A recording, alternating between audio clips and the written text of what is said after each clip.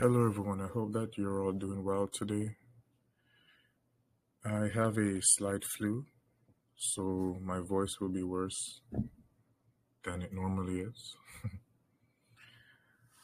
Today, I will be introducing sequential SMT. So, this is a time based concept, which obviously you need to know the basics of quarterly theory because that is the framework of what I will be talking about today. We'll be going into the more visual aspects of price, of course, and we'll be touching on a few topics which I've talked about before but have not really, went into great detail.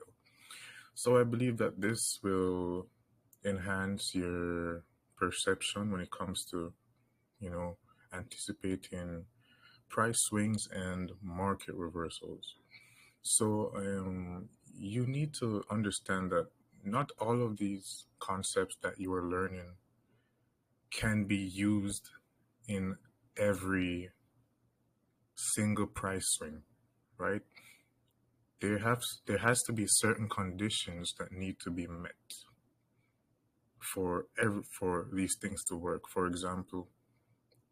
S- for this, you don't really need a higher time frame PD rate, but you need Q3 and Q4, the new concept that I will be sharing with you, right? If you have a higher time frame PD rate, which most of you know what that is, and if you don't know what that is, then you should probably go back and rewatch some of the videos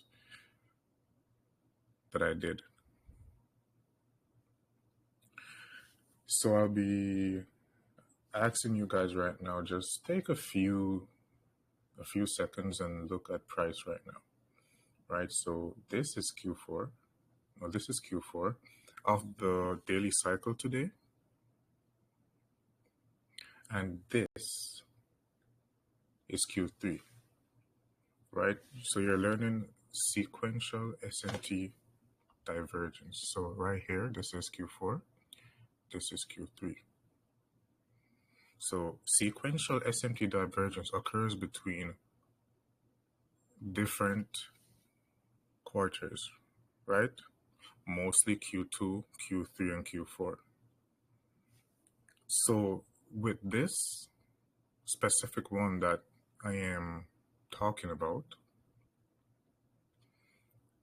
the aim of this is to anticipate the reversal of Q4, right? The aim of, let me say that again. When you're using this specific time-based concept, you are trying to trade Q4, which is either Thursday, the afternoon session,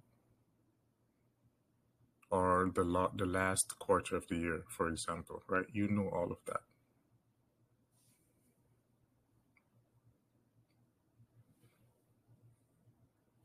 So look at price right now. Where are the fair value gaps? Where are the breakers, the swing lows, the swing highs? Like, look at the specific times at which they occur, right?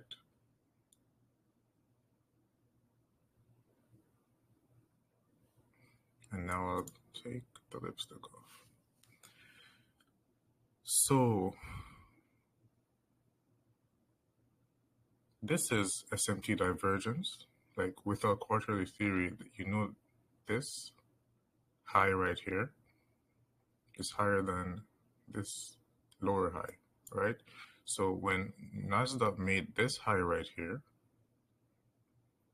it throughout the day it continued to trade above it. And listen, this has to happen during Q3, right? Over here you can see Q3 and Q4. It's the same time right here. Let me show you. So this low right here is 1605. Same thing right here, 1605, right? So these two charts are calibrated on the same time right now. So please don't get confused. So this lower high right here and this higher high formed at the same time during Q3, more specifically New York session, right?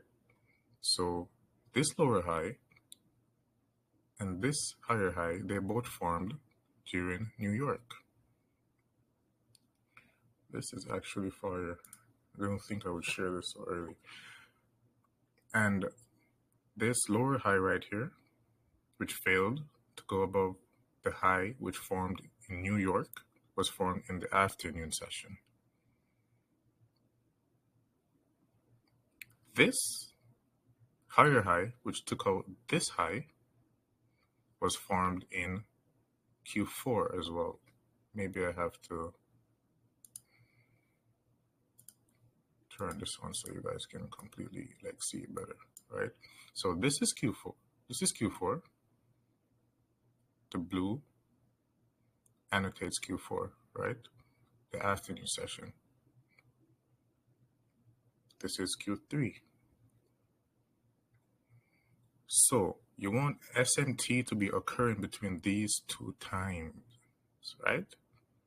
And of course, it is time is fractal, so you can apply this to any, cycle that you wish to, or any that presents this, that you should be looking for, right? So let me go over that again. You have this higher high forming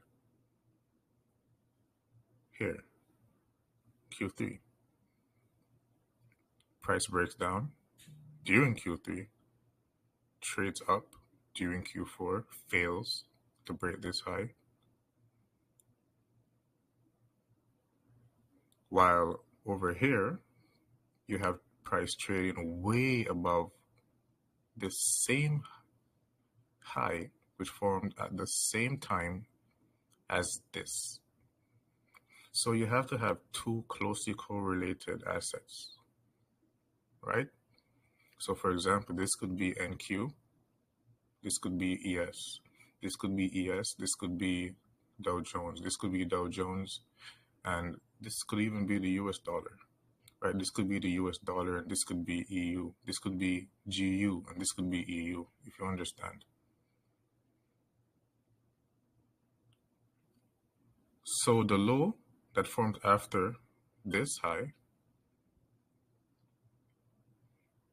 right here, this would be where you would begin to measure your premium. So this would become discount, like premium and discount. So this would become discount. And the high, which forms and actually makes the sequential SMT. So the high which forms right here, this is where today I said that, where I made a post on this exact candle, 1250. I believe I said, I'll go check back. I said macro shift just waiting to happen, right? So a macro shift occurs after there is this specific sequential SMT, right? And a macro shift is just a simple break of structure. But what makes it a macro shift is the fact that it happens after this, right? So SMT must happen during specific times. So if there's a higher high, the higher high is in Q3, the lower high should be in Q4, right? And for the other asset class, if the lower high is in Q3, the higher high should be in Q4. I hope that you're understanding what I'm saying right now, right? And another thing is this candle right here, the opening of this candle right here is Q1 of the afternoon session. Previously, I told you that Q1 of whichever cycle that you're looking at, it can be used as dynamic support or resistance, right? So you can see price trade up here, right? After the sequential SMT, price traded up here. dipped into this fair value gap, traded above this, which is Q1's open, broke down, traded below the opening of the order block, which formed after price traded above this opening and into this fair value gap. Right here we have the true open of the afternoon session, but as you can see, price barely wick, price barely even, price was so heavy, which is why I was saying that I'm not bullish here, due to the fact that we were, I could already see this SMT right here because I was looking at both of these assets. I was looking at NQ and the Dow. So I could see that the Dow was failing to get above the highest high which formed in Q3, while this was already above it. This was here consolidated above it, while this was below it, can't push above it.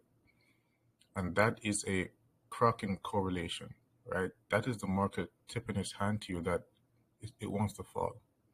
It's not bullish. It wants to change direction, right?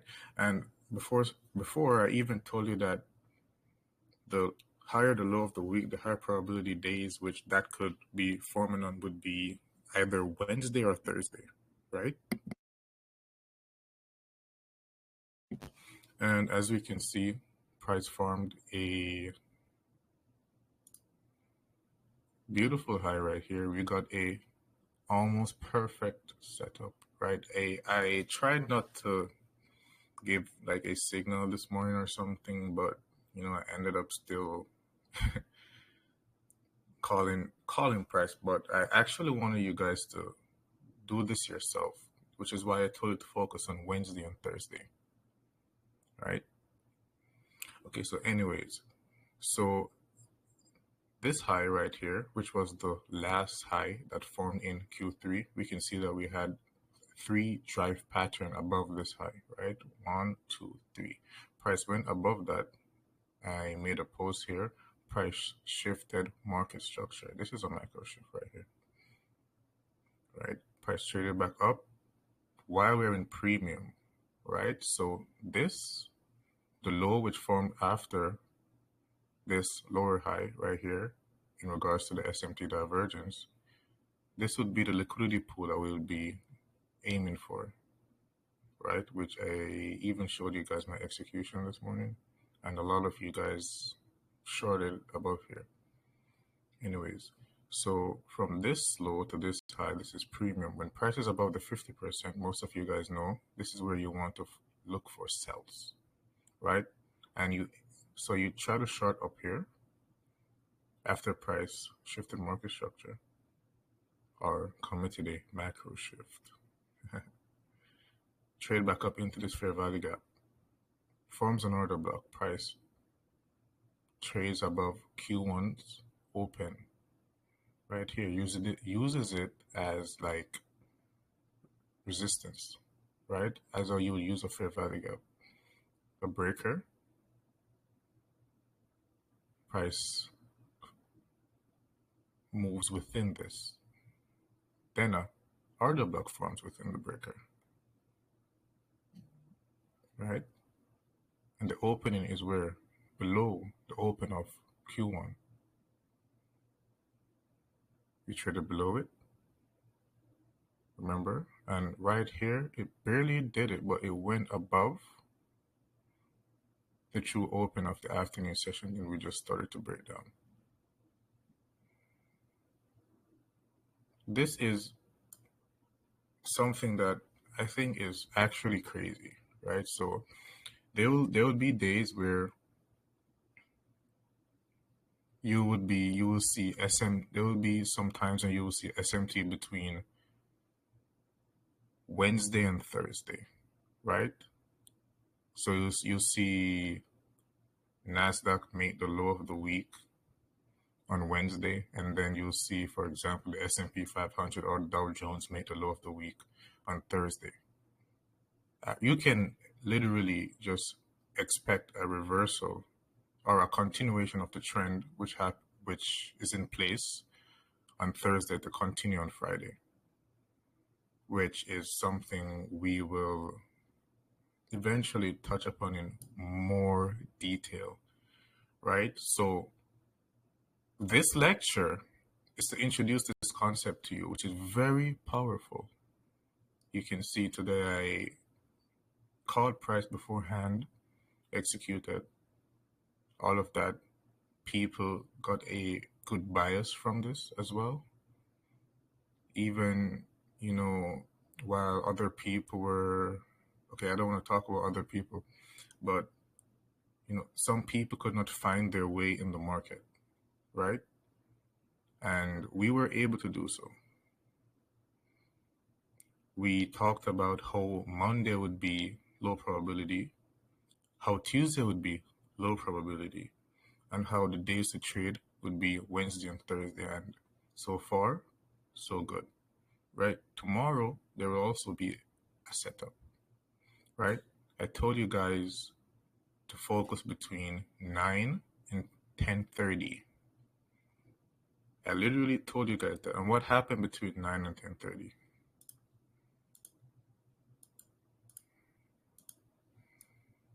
Between 9 and 10:30, this is what happened. Wow, even this fell so much. I mostly trade NQ, so I wasn't really focused on this. We had SMT divergence between NQ and ES this morning. As you can see, this made a lower low here, lower low here, during the time that I told you to focus on. Remember, everything that I talk about, you put them together to make your own models, right? You can take at least 3 concepts and make something that works. So we had SMT during the time that I told you to focus on price. Coincidence? No. So, and then we got a buy from here. Then I told you guys about the short. And the reason why I told you guys about the short, was so I could introduce this today, because I saw it and I saw the opportunity. So I will be here back with another lecture, right? I need you guys to go through your charts and try to understand this. Remember, Q3, Q4, you need SMT between these. You need SMT between these 2 quarters.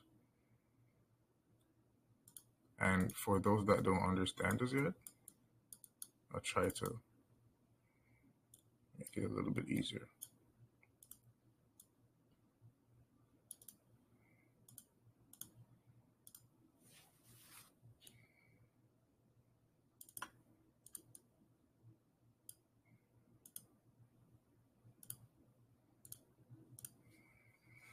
So this is Q3, because it looks simple, and it is simple, but it's amazing. And I need you guys to, show me examples when you do your executions, when you do your trades or whatever, right?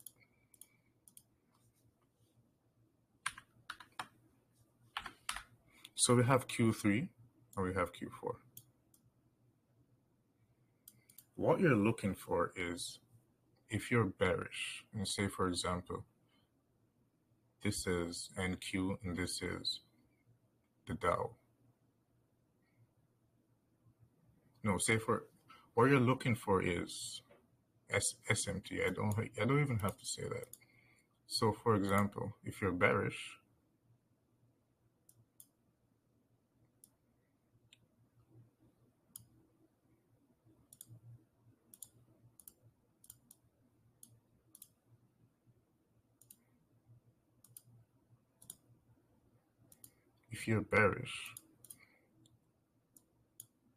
it is better for you to trade the asset which makes the higher high.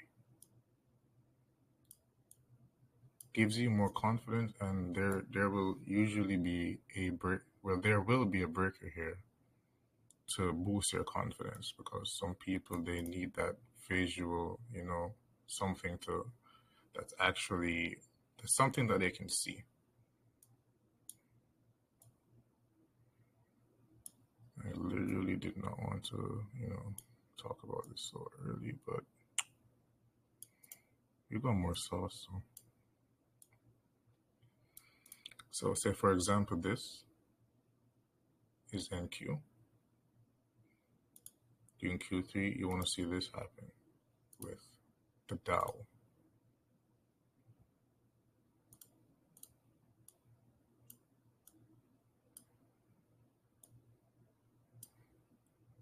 You need to see the Dow make a lower high, just like this.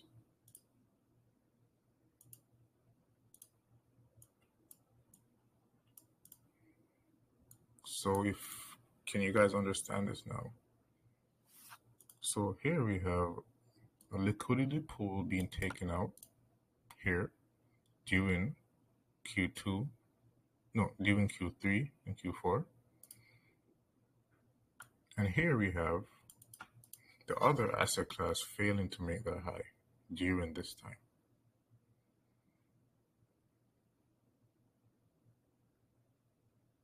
So this is the basics of sequential SMT. There's more, of course, but this one is I specifically, when I was just searching for something that would aid me in, finding out when Q4 will reverse, right? And this is something that I found, which is amazing. And you guys will see, you can look in your charts, you can look at the low and the high of the week, the low of the week, last week, you'll see it the week before. What usually happens whenever the low of the week is Wednesday and Thursday. You usually see this happen, right? So this is very powerful. You probably shouldn't share this. Like, this is actually powerful. You can leave the group now with just this alone. This is good. You can just trade one day per week. You catch the low of the high of the week, which does not usually form on Tuesday. Like, it does not. Yeah, ICT said it usually forms on Tuesday, but I no. Last week, when did it form? The week before that, when did it form? That's crazy. The low of the high of the week usually forms on either Wednesday or Thursday, right? Because first of all, Thursday is reversal, which is where sequential SMT is the strongest. Do you guys see how this is crazy? Go in your charts, look, try to prove me wrong. Try to prove me wrong that I'm talking bullshit. Try to not find this working, right? Completely time-based. You've never heard about this. And what else? What else? This would not be possible without quarterly theory. It would not be possible. It wouldn't exist. And with that being said, I hope that you guys found this insightful. I think it's great how I can, come here and give you guys something straight, without going around corners, and making it, easy to understand. I think that's great.